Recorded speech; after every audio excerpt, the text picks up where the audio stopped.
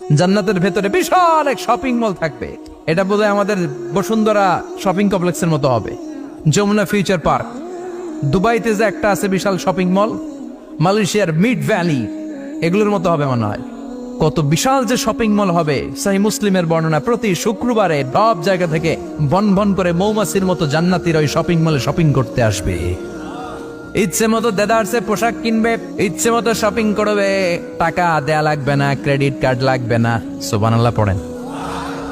ইচ্ছে মতো শপিং করবেন। দুনিয়াতে একটু কষ্ট করে হালাল উপার্জন করে খেয়ে যান। আল কানাআতু মিনাল ইসলাম, অল্পে খেয়ে তুষ্ট থাকা আর আল্লাহ শুকরিয়া করা, এটার নামই ইসলাম। অল্প খাও, অল্প পড়ো, অল্প জমাও, অল্পের ভেতরে বরকত ঢুকাই দিছে কে? অনেকে দেখবেন অনেক খাই খাই নাই নাই করে, এটা যাদের স্বভাব তাদের কখনো বরকত হয় না। অল্প খাবেন, অল্প পড়বেন আর হালালের সাথে সম্পর্ক করবেন। আল্লাহুম্মা কফিনি বিহালালিকা আন হারামিক।